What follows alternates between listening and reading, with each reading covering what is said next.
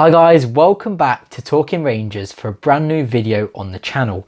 But today it's just not a normal video, it's a brand new series by the name of the Rangers Roundup. So I can hear you asking, what is the Rangers Roundup? It's going to be a continuously running series on my channel, bringing you guys all the latest news in the world of QPR. That could be transfer rumours, that could be just the latest press, that could be on and off the pitch matters. With the current coronavirus, EFL season continuation crisis as a key example of what this series will bring to you. So with no further ado, let's get into the video. But before I do so, make sure you go down, like and subscribe to the channel and this video, and let's get straight into it.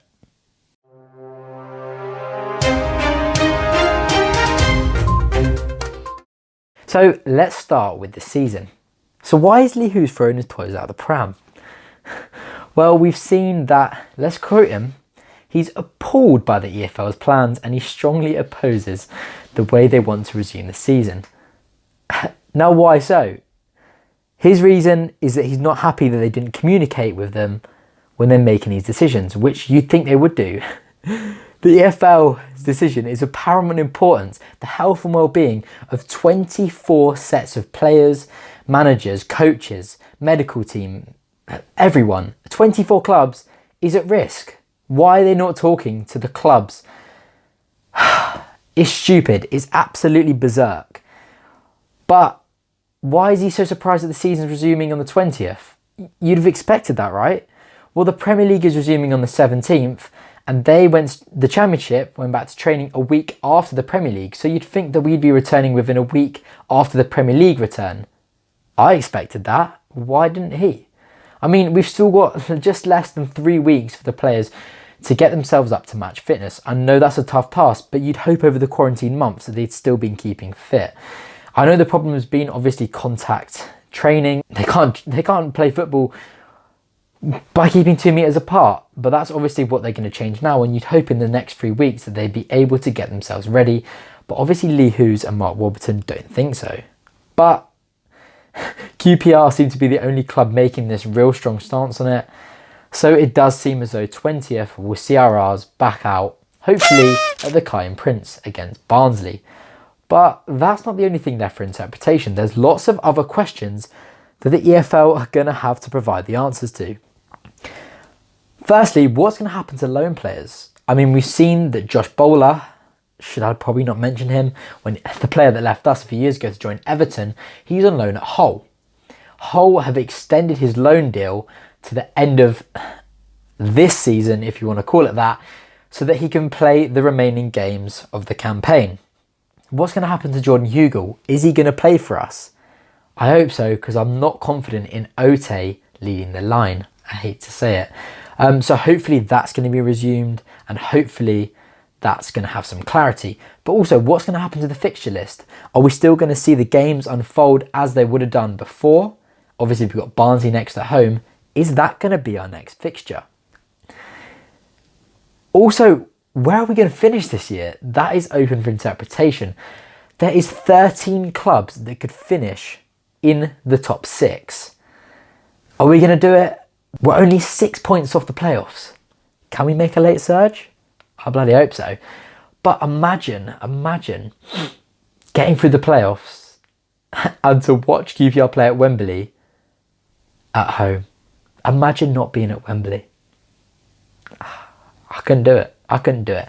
But I guess it's better than finishing outside of the playoffs. Do you know what, Lee? I don't get it. I just don't get it. Why has he not anticipated the Championship will go back a week later than the Prem when we started training a week later than them? Surely that made logical sense. What do you guys think? Let me know in the comments down below. Do you think that it's right for the Championship to resume on the 20th? I mean, to be fair, in the latest round of testing, 10 tests came back positive from 8 different clubs, where the Premier League, 100% of tests came back negative. Are we really in a position to resume the league? We know Lee Hoos doesn't think so. There's just so many if buts or maybes that it's hard to say. But like I say, I don't understand why he didn't see it was going to resume a week after. Anyway, I mean, I'm pretty excited. I've had enough of watching that German football. Let's have a bit of the R's. let's see if we can make that late surge. Do you guys actually think we can make the playoffs? I'm going to leave a little poll. Click yes or no.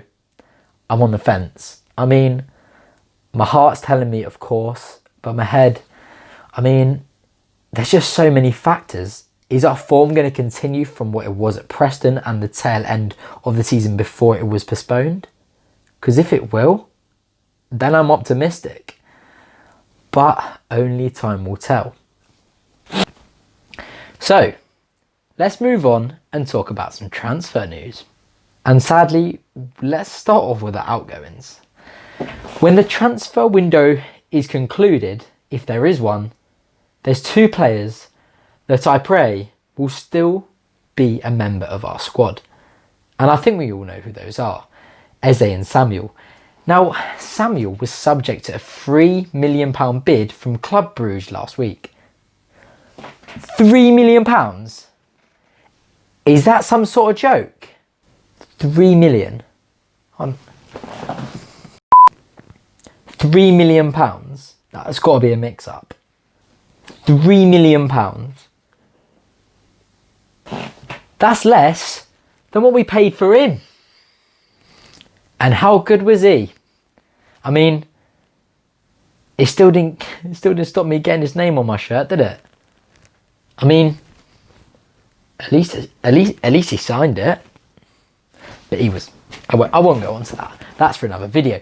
But 3 million, that's taking the absolute, I'm not going to say it, but that's a joke.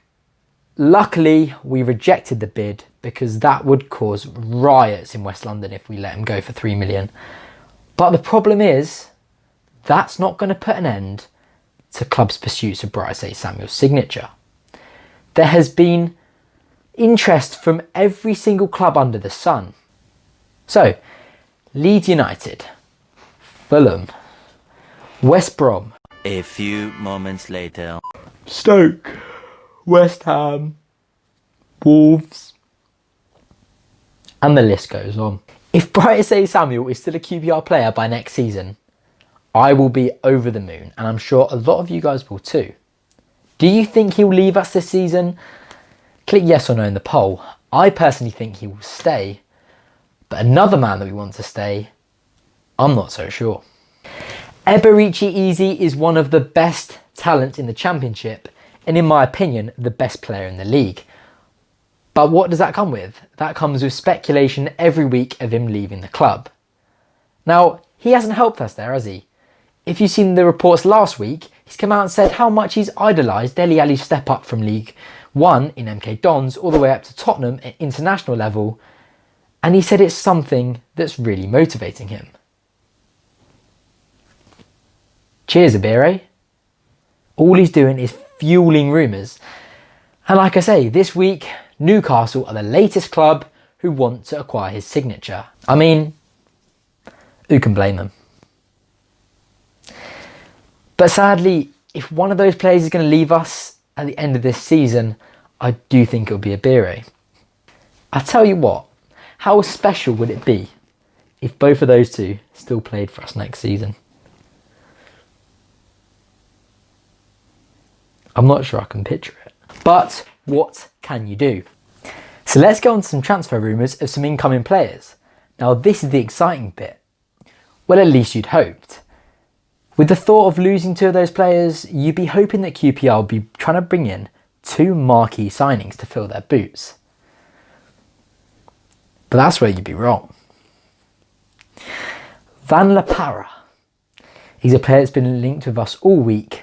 A 28-year-old ex-Netherlands under-21 international, currently playing for Red Star Belgrade, has had an abysmal season this year. He's played 16 times, he's scored once, and assisted twice. How exciting does that sound, right? Brilliant. Exciting stuff. Well, you may be thinking, oh, well, he was a quality player a few years ago at Huddersfield in their promotion campaign. Is it to shadow his past self? I'm not going to lie. I mean, he's 28. He's not as old as you may think. He is supposedly on big wages out in Red Star. And it's an odd signing, right? I mean, it kind of sounds like Mark Hughes has had some influence. It's an odd one.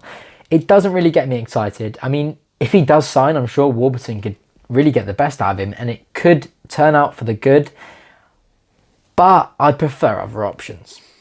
Let's be honest. Van La Parra? I mean, Norwich, Swansea, Millwall and Blackburn are all interested. I'm not really getting the appeal. So don't panic just yet. Alex Yuri, a 21-year-old winger, has also been linked with the R's, and supposedly a bit more than linked. He's had a concrete request from the West London club. But don't be too excited. The 21-year-old signed for the League Two side, I'm going to say it wrong, Guingamp. It's completely wrong, I know it. He signed for them last summer and has only been in their reserve side since. He's only managed 2 goals in 14 appearances this season, but his contract is set to expire at the end of this season and they have offered him a new deal, but supposedly there is interest and a request from QPR. Levante and Rangers are also set to be monitoring the 21-year-old, but who knows what can happen? Will he end up in West London at the start of next season? I'll tell you what really made me laugh this week was an article that came out from a really good manager we had a couple of years ago by the name of Harry Redknapp. He said that, that during a reserve game, Coventry against QPR, when he was the manager of us, he spotted Ryan Maddison and he said that he was going to be a top terrific player, as he always says. But what makes you laugh is that he saw such big things in a young Ryan Maddison. Why did you not think to sign him? What he thought he'd do instead was ruin QPR. He thought, who's the oldest, most washed up player on the highest wages I can find? And let's sign them instead. But no, that's a wrap for the first episode of the Rangers Roundup. I hope you've enjoyed. It's been good fun to make. And leave me a comment down below on some of my opinions in this video. Let me know what you think about Lee Hughes, Samuel, Eze, Van La Parra, I've forgotten his name, Axel Yuri, and even the little Maddison story. So yeah, that's a wrap for the first episode of the Rangers Roundup. Leave a like and subscribe, and I'll see you in the next one.